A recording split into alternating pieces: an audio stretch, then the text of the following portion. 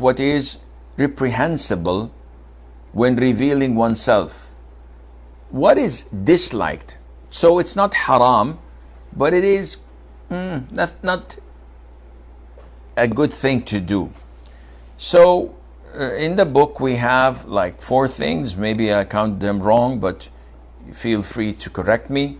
Number 1, you have to be sure that you do not urinate, usually, against the wind. Because if you do, most likely the wind would send some of your urine back to your body and to your clothes, and this would render it najis. So if you pray in this state, your prayer would be invalid. So you have to make sure that you protect yourself from any ricochet, or whatever you can call it, coming back to your body from it. Secondly, it is totally disliked to speak while answering the call of nature. So 2 persons enter a public toilet and they are both answering the call of nature, and they're chit-chatting about events, about what happened in the office, etc.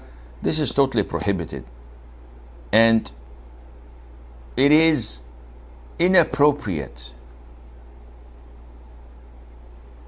If you are in a toilet answering the call of nature and one speaks to you, you should not reply to them.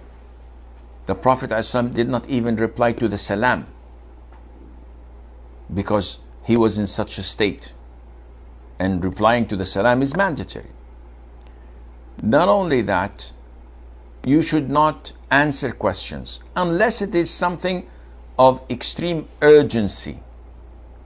So if you remembered while you're in the toilet that the child is on a sofa or on the bed and there's a possibility of it rolling over and falling down, yeah, you may bring that to the attention of someone who's outside.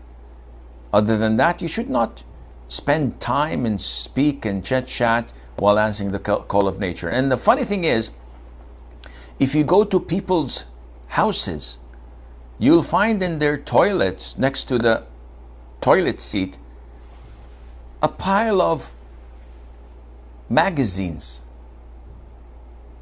Of course not Islamic, but it shows you that people are enjoying sitting there, answering the call of nature, and reading car magazines, or reading mad magazines, or comic books, or novels. And this is totally against the Sunnah.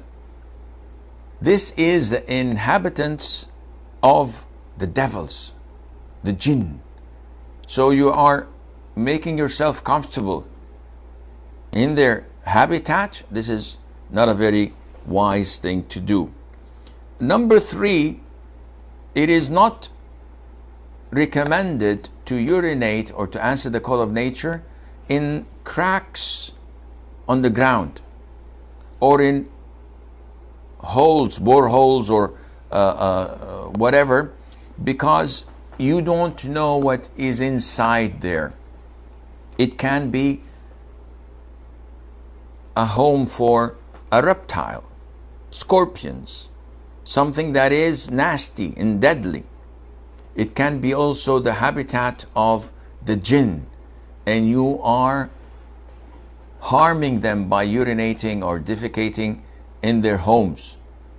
And there are stories in the seerah that Sa'd ibn Ubadah, the head of Al-Khazraj tribe of Ansar, may Allah be pleased with him, was found dead, and they heard the jinn chanting that we've killed the master of the Khazraj because of what he had done, etc. But this is a story. We don't know how authentic it is, and Allah Azza wa Jal knows best.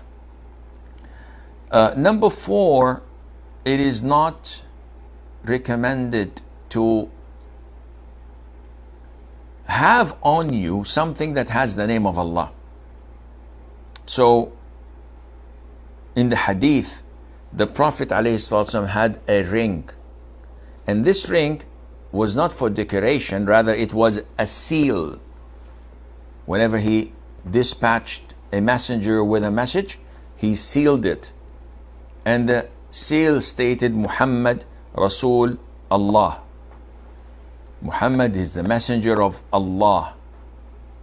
But whenever he entered the lavatories to answer the call of nature, he used to take it off and place it outside. So from this, the scholars said that it is not permissible to enter the lavatories with something that has the name of Allah on it. But if you live in Arab countries or some Muslim countries and they have the name of Allah on their back notes, on their currencies, so would you advise me to leave my wallet outside if I'm traveling in an airport or something? Definitely not. You know for certain that someone is going to snatch it and feast on it. So if you are afraid of something bad happening to it, there's no problem in doing that for necessities, and Allah Azza wa Jal knows best.